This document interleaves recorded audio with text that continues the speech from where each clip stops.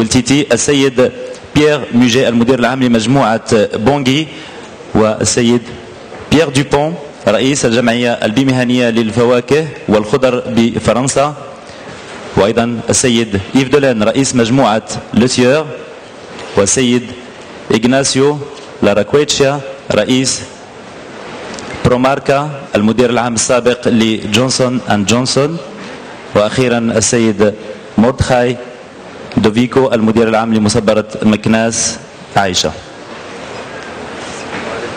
وعليكم السلام. بخير.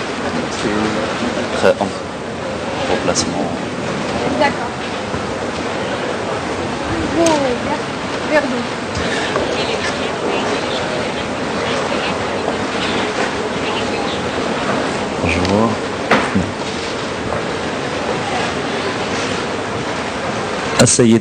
السيد مردخاي دوفيكو يلتحق بنا لنبدأ إذن الحديث في هذه المائدة المستديرة الثانية، ولكن قبل أن ندخل في النقاش كالعادة أدعوكم إلى مشاهدة هذا التقرير ثم نواصل. Je vous invite, mesdames et messieurs, sur ce reportage et on continue juste après donc cette deuxième table ronde.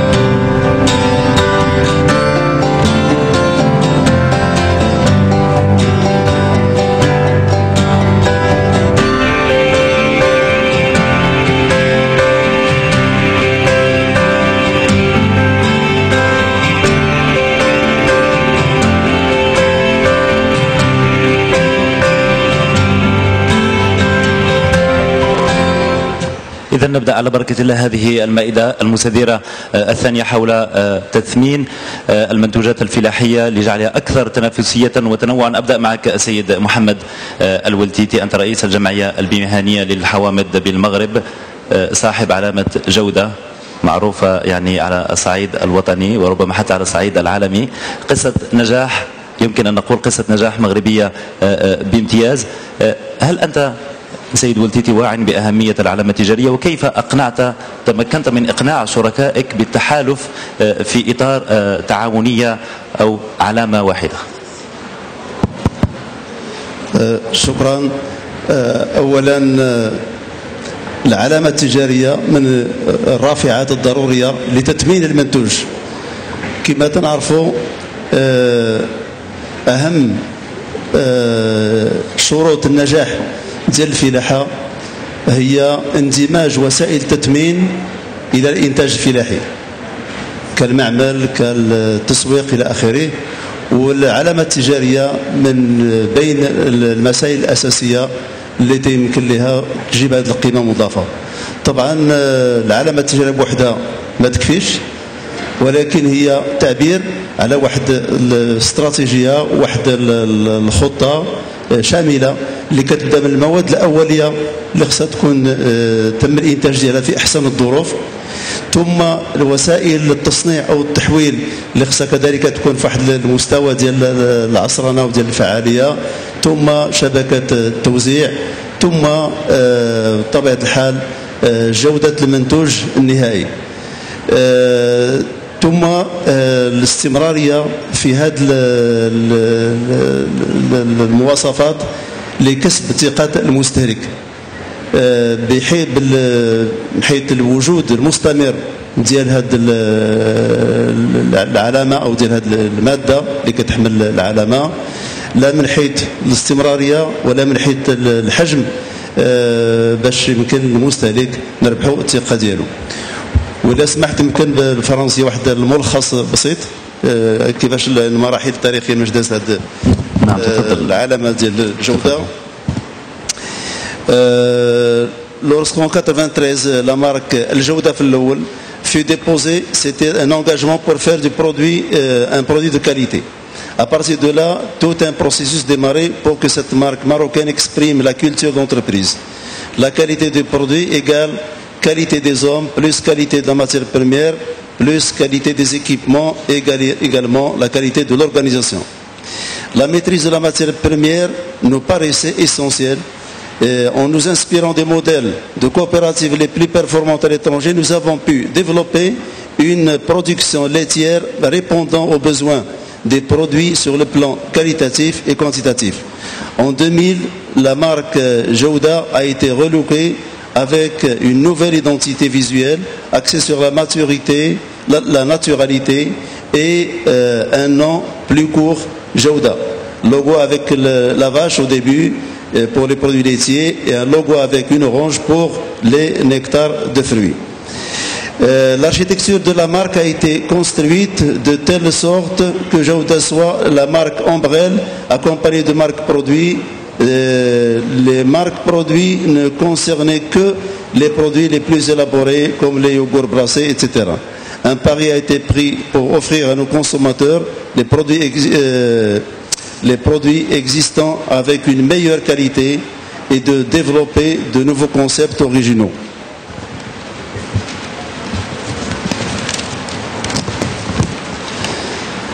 Qui vont donner à la marque Jawda sa spécificité et qui a été importante pour développer sa notoriété. À titre d'exemple, les yogourts brassés creamy, nectar de fruits, la gamme santé Linea, etc. Une politique de prix visant à rendre des produits de qualité accessibles à toutes les cibles et une force commerciale proche des clients n'ont fait que renforcer la notoriété de la marque Jawda. Petit à petit, le consommateur a pu développer un capital confiance dans le produit et associer par la suite un ensemble de valeurs à notre marque qui commence à être perçue comme une marque caution, d'où son attachement et sa fidélisation. La naissance du service consommateur n'a fait que renforcer ce lien fort avec la marque et le consommateur.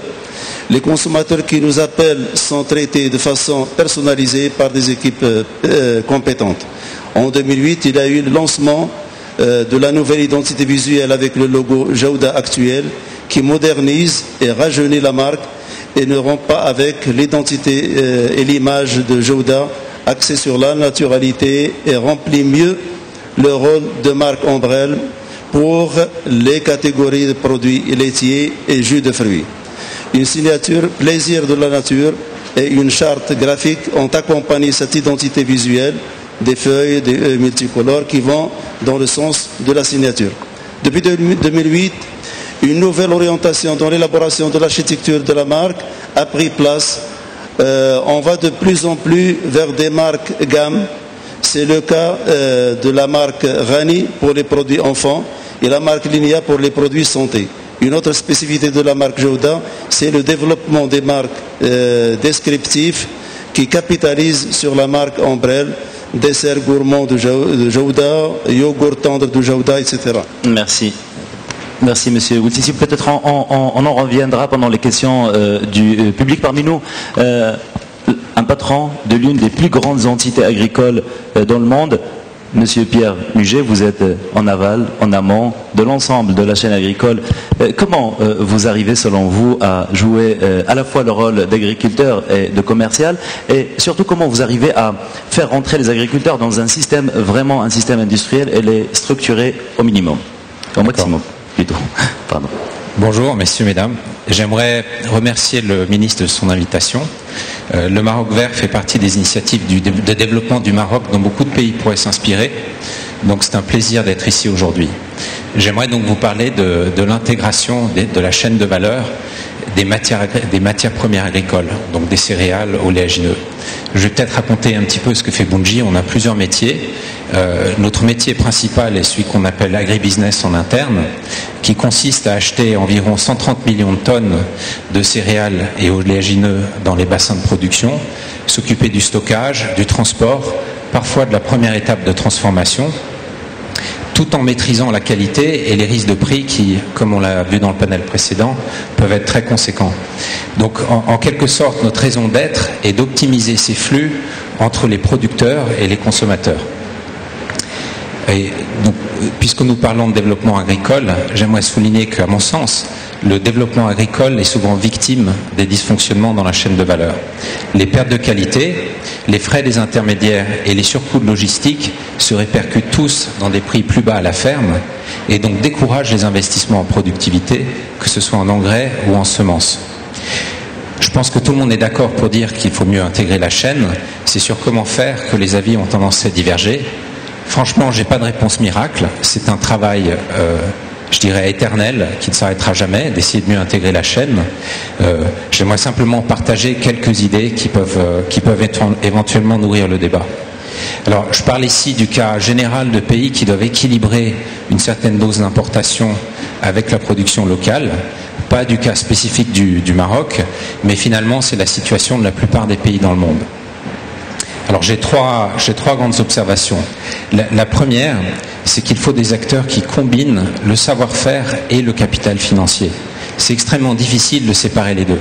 Quand vous intégrez, et je parle vraiment des matières premières ici, donc des produits où souvent la valeur ajoutée de la transformation est relativement faible, pour intégrer ces chaînes, il faut un bilan très important, les marges sont relativement étroites et il y a des risques d'exécution très forts.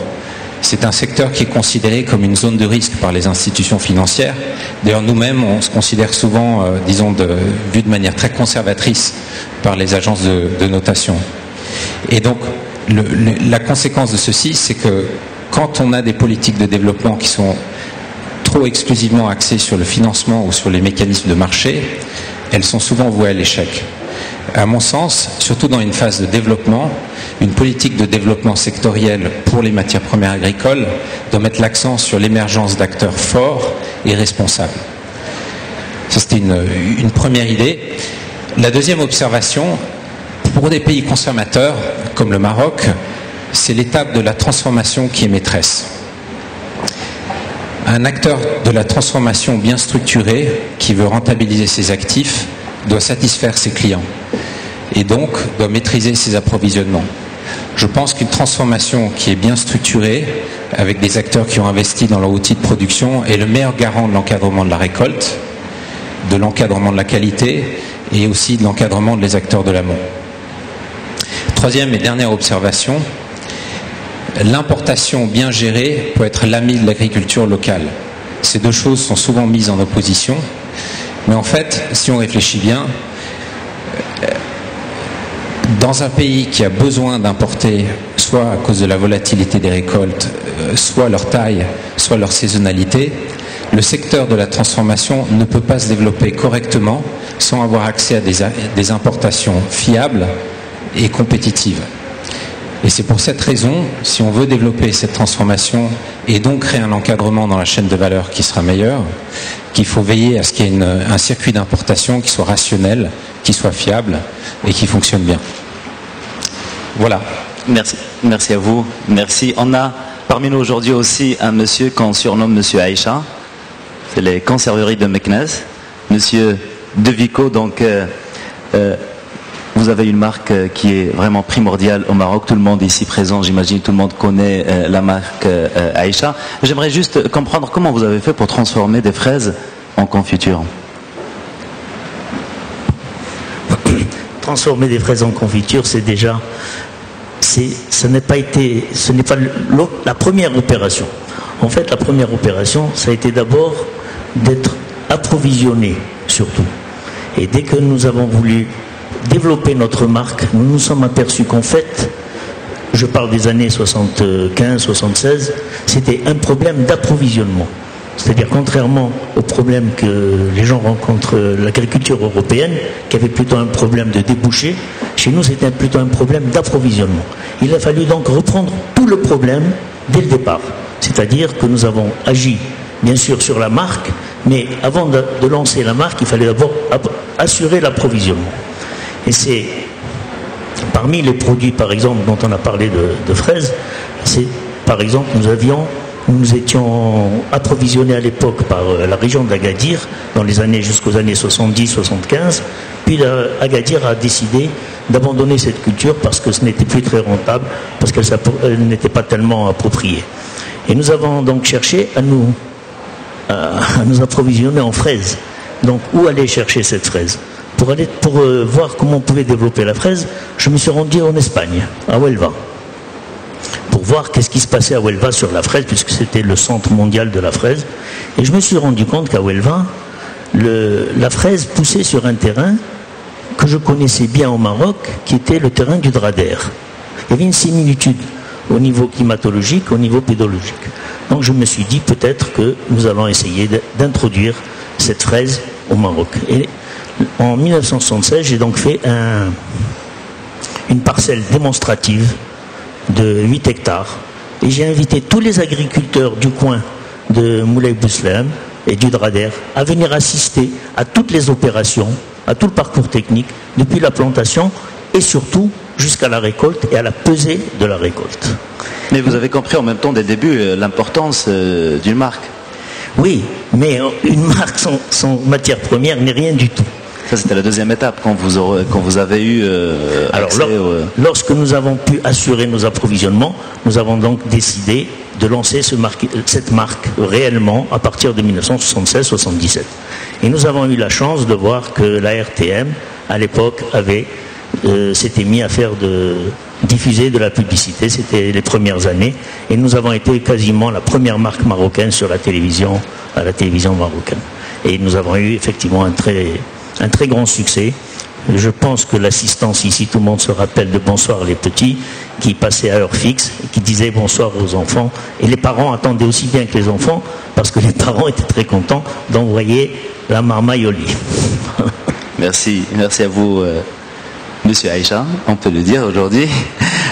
Monsieur Bruno Dupont, vous êtes le président de l'interprofession des fruits et légumes en France. Donc vous êtes aussi derrière la promotion des fruits et des légumes en France, la fameuse campagne Manger 5 fruits et légumes par jour. Je voulais juste vous interpeller par rapport à l'interprofession aujourd'hui. Quel rôle peut avoir une interprofession? Pourquoi s'organiser en fin de compte autour d'une interprofession? Tout d'abord, je voudrais remercier Monsieur le ministre de son invitation. Je me souviens la première fois que je suis venu ici à Meknès, il y a 2 ans, où déjà dans cette configuration pour parler des différentes interprofessions. Alors, j'aurai l'occasion d'y revenir plus tard dans ce séjour, puisque je sais que le Maroc a fait beaucoup d'avancées dans ce domaine au niveau interprofessionnel, et je pense qu'il est sur la bonne voie. La question, pourquoi aujourd'hui existe une interprofession? Allez, je vais être un peu théâtral, je ne vais pas me mettre debout comme intervenant tout à l'heure, mais non, je vous en prie. Monsieur le ministre, vous avez réussi votre pari. Messieurs les ministres, vous avez réussi votre pari. Bingo, ça y est, la production dans le Maroc déborde de partout. C'est ce qui nous est arrivé un petit peu indirectement chez nous. Et quand ça déborde de partout, les producteurs sont en colère. Comment ça se fait? On ne vend plus notre production. Les distributeurs, ça ne va plus du tout. Ça y est, c'est pareil. C'est la pagaille. On ne sait plus comment faire pour consommer des produits qui débordent de partout. Bien, ça c'est vrai. C'est le rôle principal quasiment aujourd'hui d'une interprofession. Mon rôle aujourd'hui, qui est très ingrat, c'est de mettre autour d'une table tout le monde de la production, quel qu'il soit, du petit producteur au producteur plus industrialisé, et du monde de la distribution dans toute sa composition. Le détaillant, le grossiste et la grande distribution. Et de mettre, entre guillemets, des accords interprofessionnels en place pour contenter le ministre de l'économie qui me dit attention, respecte le panier de la ménagère. C'est quand même très important le panier de la ménagère. Donc il ne faut pas que les prix s'envolent. Donc c'est vrai que c'est un challenge hyper compliqué. Et ça, je pense que c'est une priorité dans tous les pays aujourd'hui que je visite. L'interprofession, à un moment donné, est incontournable. Parce que de toute façon, c'est la clé où tous les acteurs, à un moment, et je reprends tout à l'heure le terme du dialogue, le dialogue, quand il existe, il doit exister dans l'interprofession. se fâcher dans la rue, bon, c'est des fois inévitable, ça existe dans tous les pays, ça arrive, mais on peut se fâcher autour d'une table, mais à un moment de trouver un consensus. Et une interprofession, c'est de trouver un consensus pour contenter le producteur qui doit vivre dignement de son produit, et en même temps, inévitablement, le distributeur qui veut vivre aussi de tous les investissements qu'il a fait. Donc c'est ça aujourd'hui une interprofession. C'est un dur travail, mais je pense que tous les pays qui aujourd'hui s'organisent pour organiser une interprofession digne de ce nom, je pense, en tireront profit. Et aussi, bien, je l'évoquerai peut-être plus tard, mais une interprofession doit aussi communiquer sur ce qu'il consomme, puisque la première table ronde l'a évoqué, tous les scandales alimentaires, donc rassurer le consommateur. Nous, on est en lien direct avec le consommateur. Et Dieu sait si aujourd'hui des soucis d'alimentation, on en a eu quelques-uns, on n'est pas passé à côté. Donc c'est de rassurer un consommateur, et aujourd'hui un consommateur qui vous pose beaucoup de questions. Un consommateur acteur, un consommateur citoyen, un consommateur qui aujourd'hui veut tout savoir, et avec ce que l'on a aujourd'hui en termes d'information, dans tous les coins plus retirés du pays, on veut être informé sur ce que l'on mange, sur ce que l'on consomme, et pas être trompé et sécurisé. J'en profite de l'occasion pour reprendre une question donc du public. Quel rôle peuvent jouer les interprofessions dans la régulation des marchés des produits agricoles ? La régulation, c'est un grand débat sur lequel on a évoqué je me souviens, bon, Bruno Le Maire est absent aujourd'hui, mais qui nous avait évoqué au niveau de son cabinet sur la contractualisation, donc qui était un des points peut-être clés d'une interprofession, où justement on doit instaurer le dialogue entre que le producteur puisse quelque part réguler sa production. Donc ça c'est le rôle un peu, et Xavier Belin sait très bien de quoi je parle dans ce domaine, puisque c'est le rôle quand même du syndicalisme en général d'essayer de réguler au niveau de la production.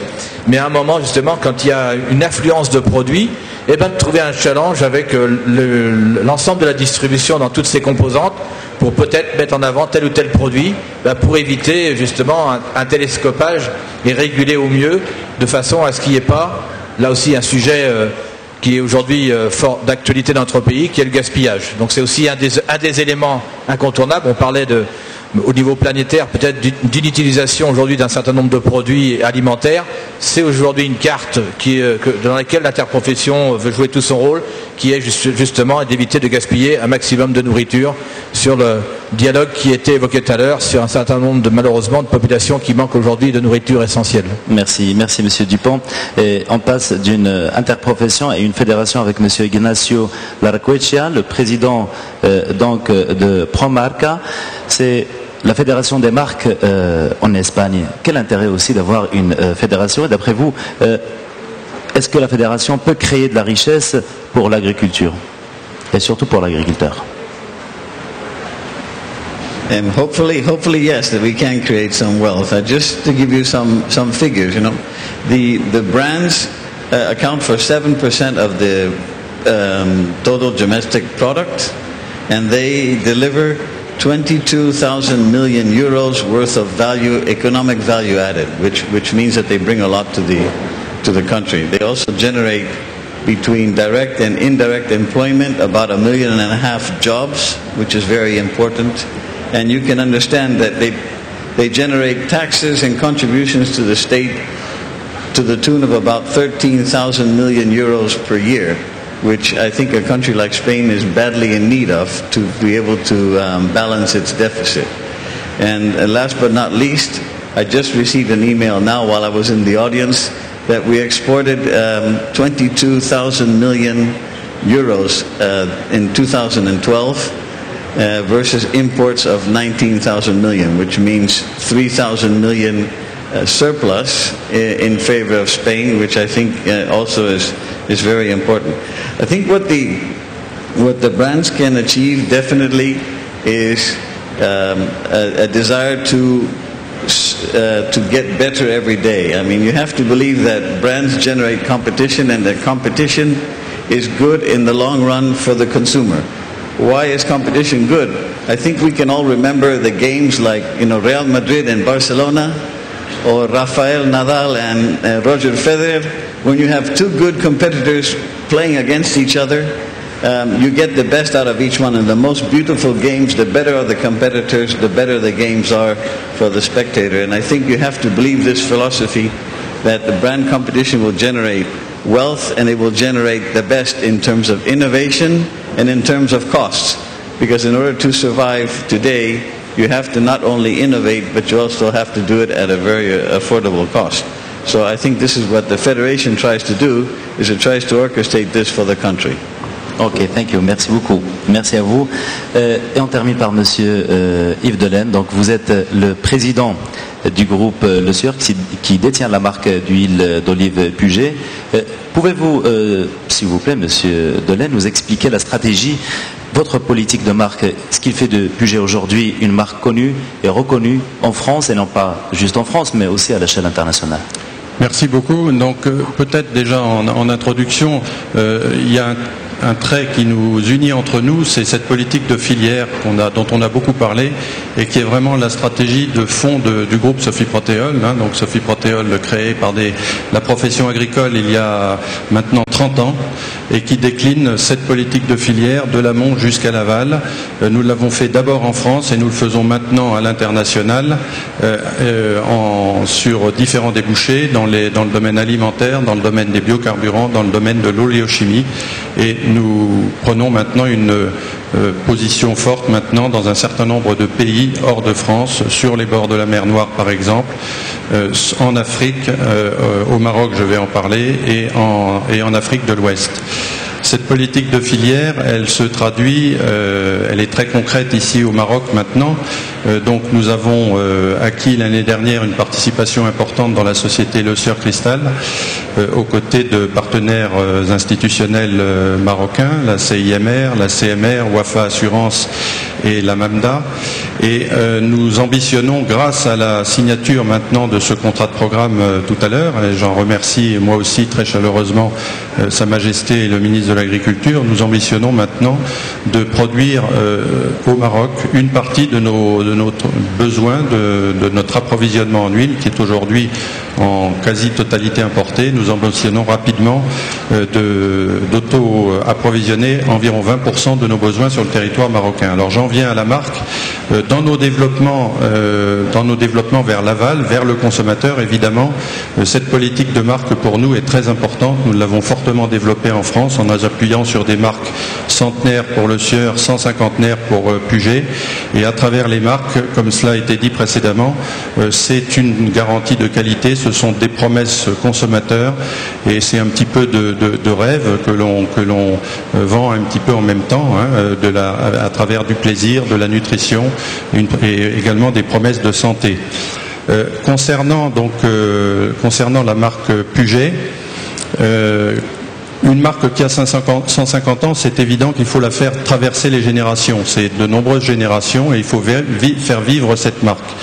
D'abord, elle repose sur une garantie de qualité, sur une constance de goût qui est propre à l'huile d'olive. Nous faisons des assemblages, nous sélectionnons nos origines, nous faisons des assemblages et nous devons garantir un goût constant tout au cours de l'année, non seulement au cours de l'année, mais également d'une année à l'autre aux consommateurs. Ensuite, il y a toute une problématique de communication et d'ombrellisation de la marque.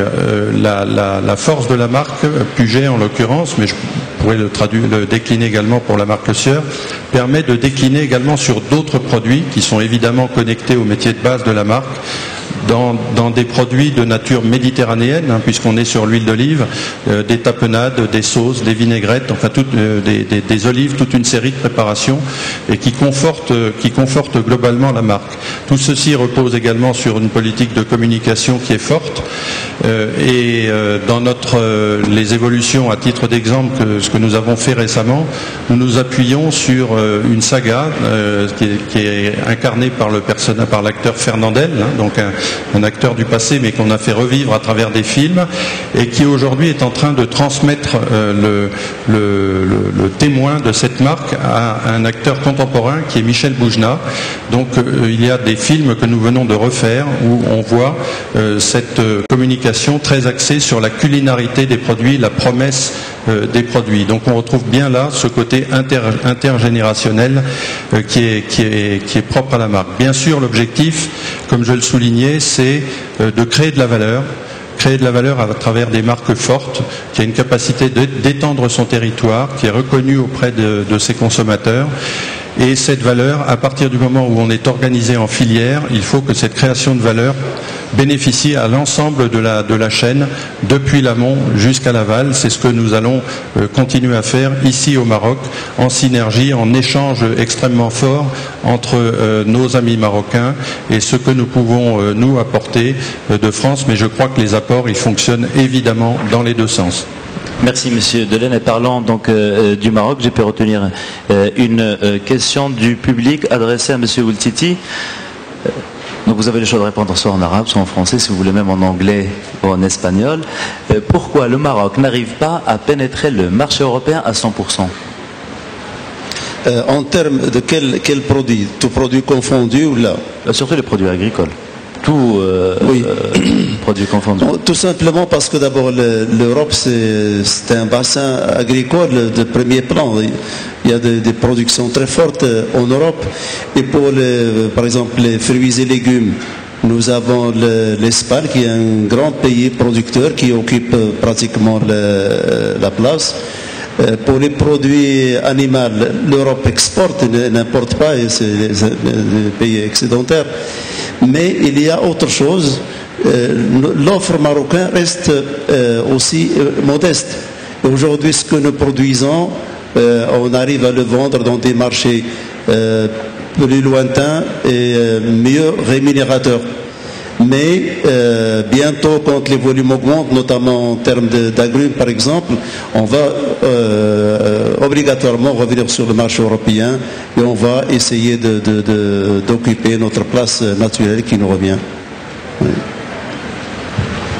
Merci à vous, Monsieur Woultiti. Peut-être une dernière question concernant l'interprofession. Est-ce que vous pensez qu'il y aura peut-être une collaboration entre l'interprofession française et marocaine? Je pense que la question est pour vous. Oui, c'est un peu d'ailleurs mon but de ce déplacement, parce que ça me paraît aujourd'hui, nous avons 30 ans d'expérience interprofessionnelle en France. Si on peut éviter peut-être aussi à d'autres un cheminement différent, et là encore aussi on est sur des consommateurs qui évoluent, une consommation, une alimentation aussi qui évolue, donc on doit pouvoir s'associer sur des expériences et des approches nouvelles telles qui se font aussi au Maroc. Je pense qu'on a beaucoup nous aussi à apprendre sur ce que aujourd'hui un consommateur désire. Et je pense que c'est ça tout le rôle d'ailleurs d'une interprofession. Ça a été évoqué par différents intervenants, même quel que soit tout le professionnalisme qu'on met sur un produit, labellisé ou autre. Le consommateur aujourd'hui devient de plus en plus exigeant, donc il y a besoin de renforcer inévitablement des interprofessions, et je le fais d'ailleurs aujourd'hui au niveau de l'Europe avec les différentes interprofessions dans des pays qui sont en train de naître.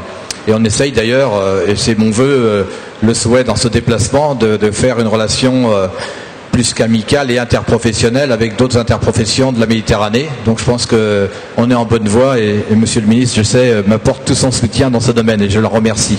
On l'espère. Merci beaucoup Monsieur Dupont. Merci à vous tous d'avoir participé à cette deuxième table ronde. شكرا إذا لكم جميعا على حسن متابعة هذه المائدة المستديرة الثانية. نأتي إلى ختام هاتين المائدتين المستديرتين. أشكر لكم حسن المتابعة والاهتمام، وشكرا على أسئلتكم وتعليقاتكم، وأدعوكم إلى الغداء. Je vous invite, mesdames, messieurs, au déjeuner. Merci beaucoup. Merci.